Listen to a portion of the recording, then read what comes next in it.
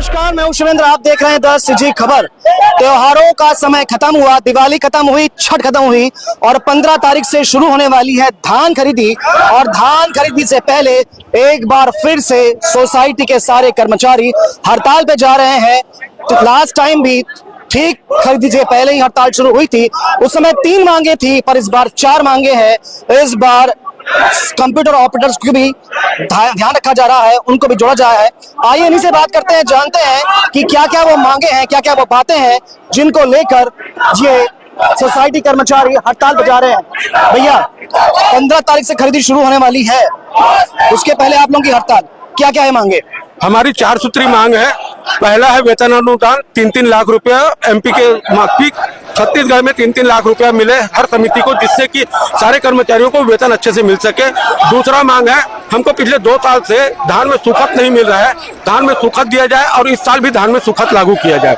तीसरा हमारा मांग है, हमारे 2739 जो ऑपरेटर साथी हैं जिनको आउटसोर्सिंग के माध्यम से अलग किया जाने का शासन का जो मुहिम है उसको बंद करते हुए आउटसोर्सिंग बंद किया जाए और हमारे जो पुराने साथी कर्मचारी हैं उन्हीं से हमको काम लेना है। पूरा 12 महीने का वेतन गवर्नमेंट उनको जैसे कि मार्केट देती थी वैसा ही दे। और हमारा चौथा मांग है कि जो हमारा सेवा नियम संशोधन है वो सेवा नियम में संशोधन करते हुए सारे कर्मचारियों के हित की बात उसमें आए।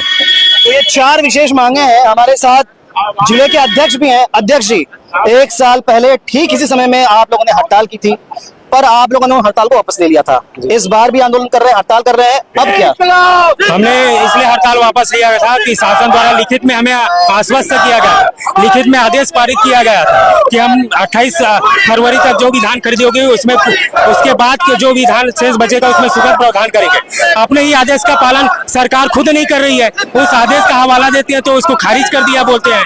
कैबिनेट में अंतर्विभागीय कमेटी का बैठक में हम बात रखेंगे करके अंतर्विभागीय कमेटी का गठन किया था, उसको भी कोई इंप्लीमेंट नहीं किया।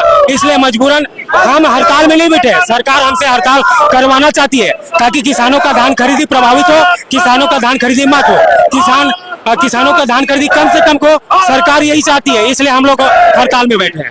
लास्ट टाइम जो बातें लिखित रूप में शासन ने आपको दी थी, क्या उसमें से कोई बातें उन्होंने पूरी नहीं की? किसी भी प्रकार से बातों में पूरा नहीं है, केवल खाना पूर्ति किया है, थोड़ा सा आंशिक संशोधन केवल सेवा नियम में किया है और 3 जो प्रमुख मांगे थी उसमें किसी प्रकार से इम्प्लीमेंट उनके द्वारा नहीं किया गया है, इसलिए मजबूरन हड़ताल में बैठना पड़ा। तो क्या मानते हैं, अगर आपकी बातें पूरी नहीं होती है तो 15 तारीख से धान खरीदी? नहीं, बिल्कुल नहीं होगा। मांग पूरा नहीं होगा तो हम लोग अनिश्चितकालीन में जाएंगे। जब तक कैबिनेट में शासन द्वारा निर्णय नहीं पारित होता तब तक हम लोग अनिश्चितकालीन हड़ताल में रहेंगे। इस बार तटस्थ रहेंगे? बिल्कुल इस बार तटस्थ रहेंगे और धान खरीदी प्रभावित होगी। किसानों का शोषण सरकार द्वारा करना चाह रही है तो उसमें हम लोग कुछ नहीं कर सकते, हम लोग हड़ताल में रहेंगे। हमारी मांग पूरी होनी चाहिए।